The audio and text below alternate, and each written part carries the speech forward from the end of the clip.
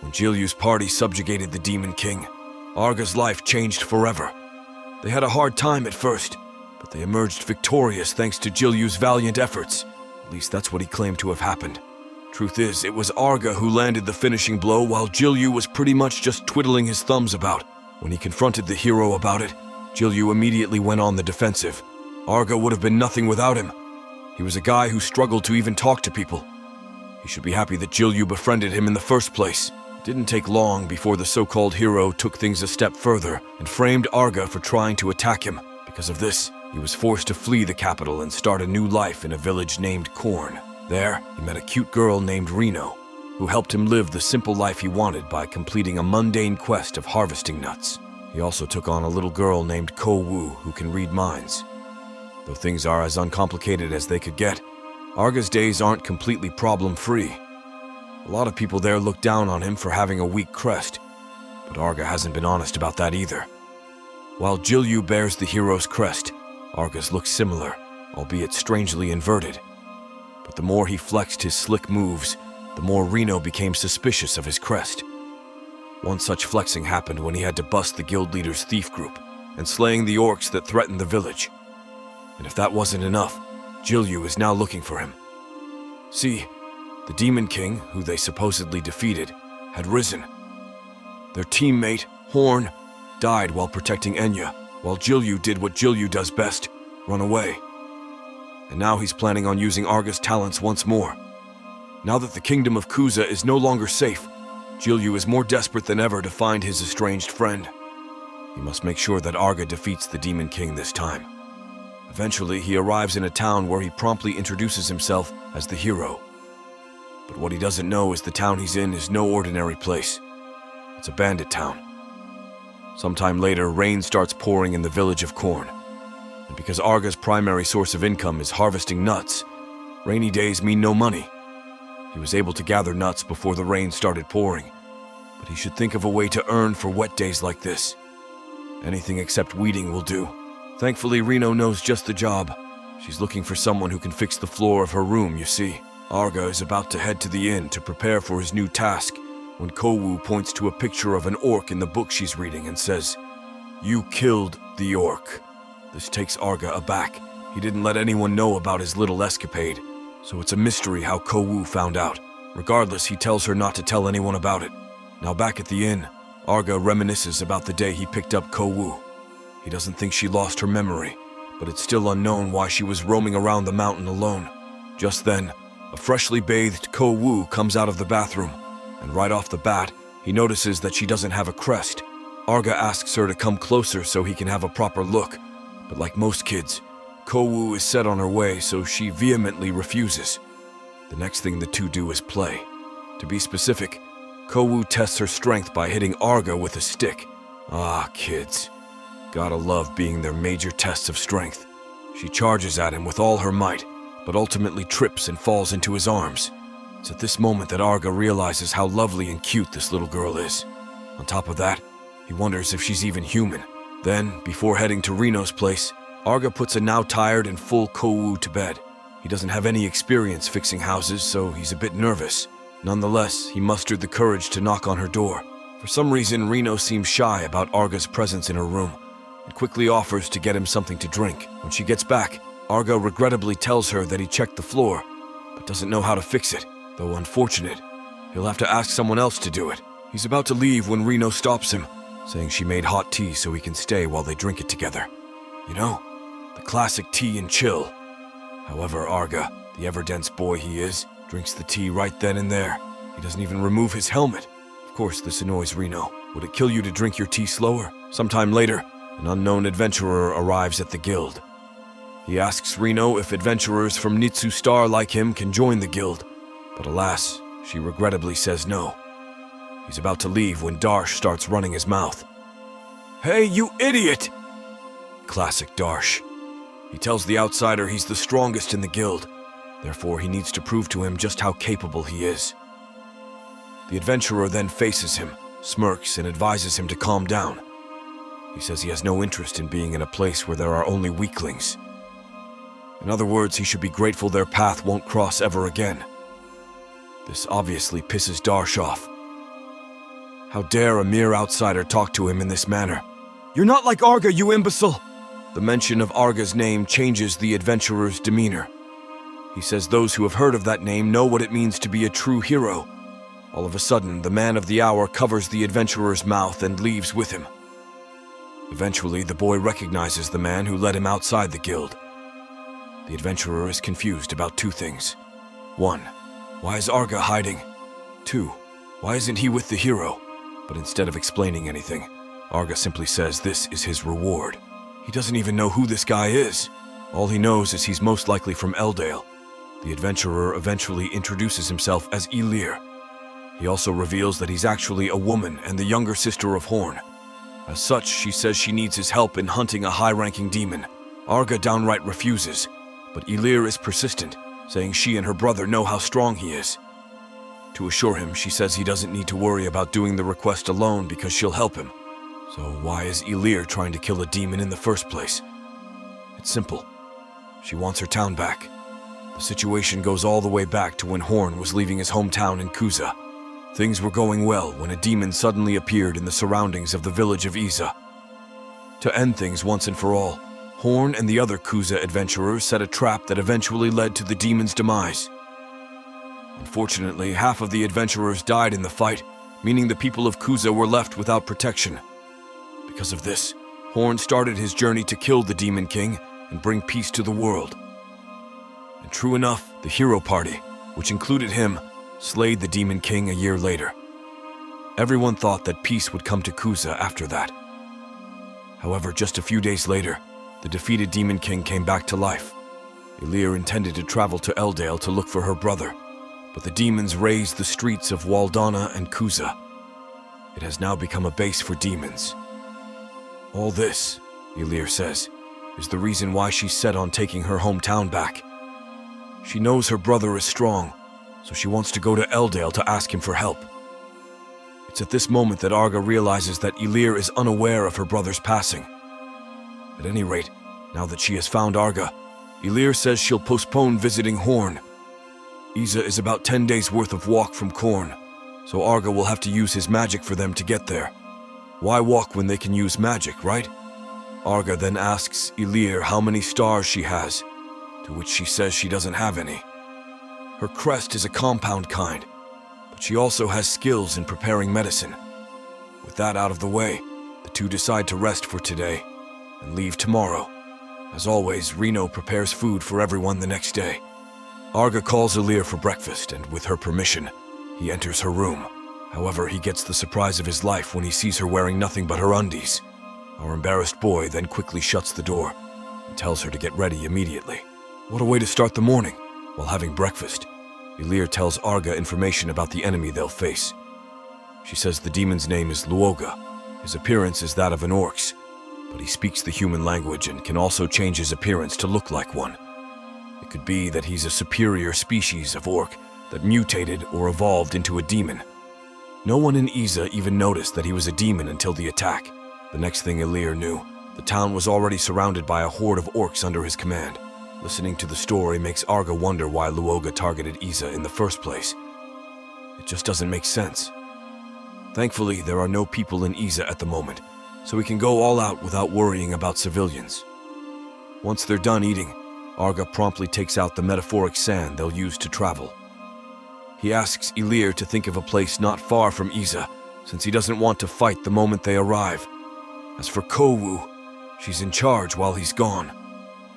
With that, Arga holds Ilir's hand, and almost instantly, they get transported to Iza. Damn girl, didn't he tell you to think of a place a little farther from Iza?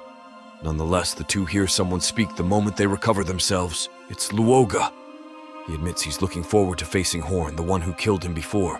But either way, he'll make do with using Ilir as bait to lure him back.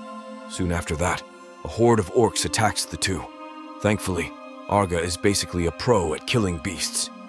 Armed with years of battle-hardened experience, he slays the orcs that attack him, leaving no room for mercy. My boy's so good that even Luoga is impressed. To eradicate most of the orcs at once, he uses a seal that contains wind magic. The next batch of beasts comes after Luoga expresses his dissatisfaction with what just happened to his friends. But of course, this is all child's play for Arga. So much so that he slays the orcs while carrying Ilir on his other arm. Then, when he finally slays the last of them, he points his sword at Luoga and congratulates him. Congratulations! How does it feel to know you'll die a second time? Oh, snap. At this point, Luoga is seething with anger. So, what does he do? He throws a temper tantrum saying he'll dismember Arga before sending another horde of orcs his way. Frankly, Luoga is no match for our boy. However, the numbers aren't in his favor. There's just one of him and too many orcs.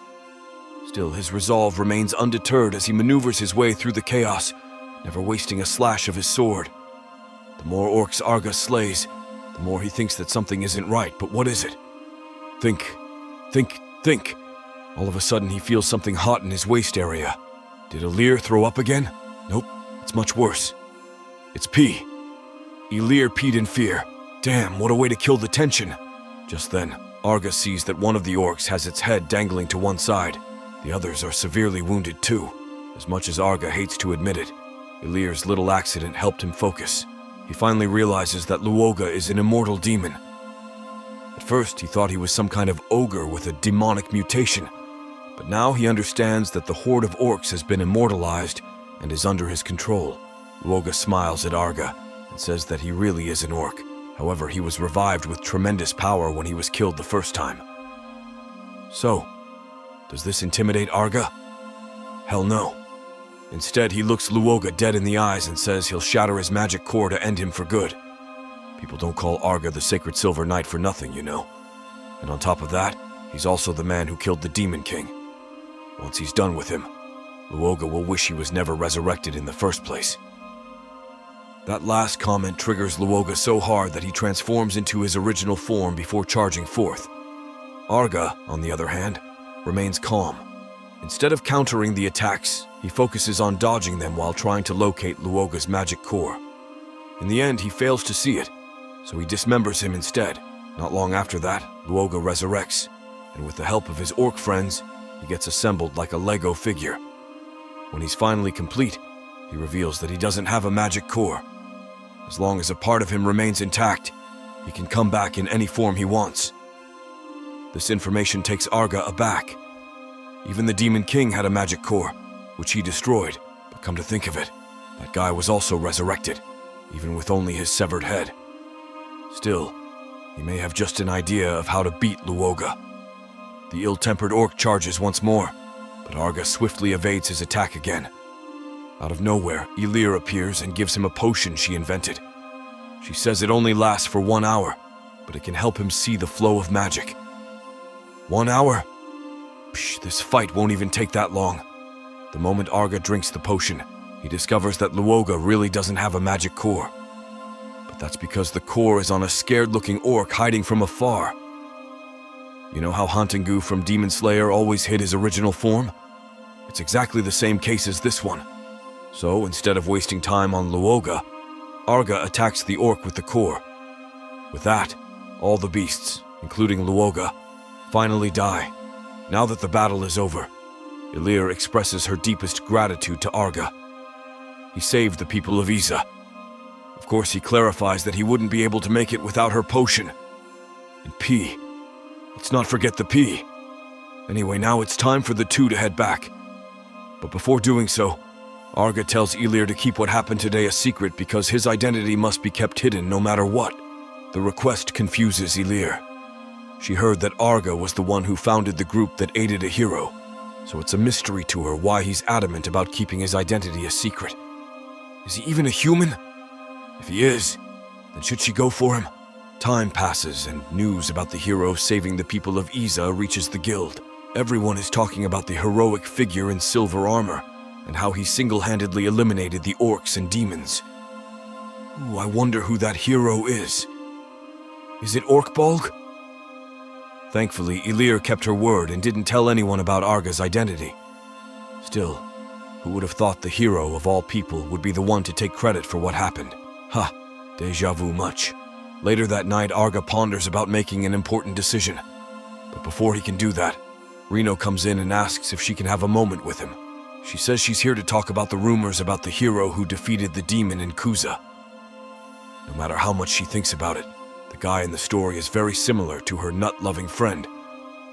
You'd think Arga would confirm her suspicion, but no. Instead, he tells Reno his backstory, including how he's the one who subjugated the Demon King. He even shows her his crest. Not only that, but after 10 long chapters, he finally takes off his helmet. Droopy eyes, stubble, and dark brown hair. Oh no, he's hot! Ahem. I'm sorry, I don't make the rules. Even Reno seems to think so. The next day, the ever-cocky Darsh approaches an unmasked Arga, and as expected, he only recognizes him when he speaks. Everyone in the guild then suddenly fawns over Arga. With his helmet off, the others find him to be more approachable. They even ask him to grab a bite sometime and even hunt monsters together. Out of the blue, Elir comes in looking for him. It's the first time she's seen him without his helmet, but that's not what she's there for. With tears in her eyes, she asks Arga, why didn't he tell her that her brother is already dead? Taken aback, Arga stays silent for a moment before answering. At the time, his primary goal was to take down Luogu. He didn't want to burden her. Her grief melds into anger as she asserts that he could have told her after they've defeated Luoga, but he simply calls out her name. That was supposed to be a secret. Before she could say more, Arga continues talking. He's sure that she's been resenting him for not knowing much about her brother. Or was it his imagination? My brother would have been alive if you didn't take credit for his bravery. That was all Elir had to say to him. Arga calls her name again, and with a hollow visage, he tells her to not say another word and to get the hell out. She quickly yields, even promising that he will never see her again. Arga stays silent after that. Kowu asks him if he's sad, but he swiftly says he isn't. Even if he tries to live a peaceful life, he still gets misunderstood. Sad as it may be, he's used to it. That's right, he's fine. And really what all this is showing is that he's really not used to talking. That night, after he tucks Kowu to bed, Reno invites Arga to her room for tea. There, she begs him not to lie to anyone anymore. She now knows that Arga lied when he said he was going to harvest nuts the day he went to Kuza. If anything terrible happened that day, she and Kowu would be waiting for him without even knowing where he really was. Finally, understanding his mistake, Arga apologizes and promises never to lie again. And since they're now closer than before, he asks her to address him casually when it's just the two of them. Folks, it looks like the ship is sailing. The following day, Darsh starts a commotion at the guild, saying they need to gather adventurers to defeat the monster he saw earlier. He says this one is much worse than the orcs from before. Then, after getting all the weapons, he and Reno head out to ask Arga for help. However, the two come across the monster before they even find him. Darsh plans on hiding, but Reno knows they need help, so she runs to look for Arga. Unfortunately, the monster spots her. It charges toward her, but thankfully, our boy snatches her to safety. This town means a lot to Arga, so if this monster is here to destroy it, he'll have no choice but to end its life. He may have been fashionably late, but as always, he's in time to save the day. Orcs, demons, beasts, kings. Bring it on. As long as the false hero lives, these monsters have no place in this world. Subscribe to watch more videos like this, turn on notifications and leave a like to help the channel out. Thank you for watching.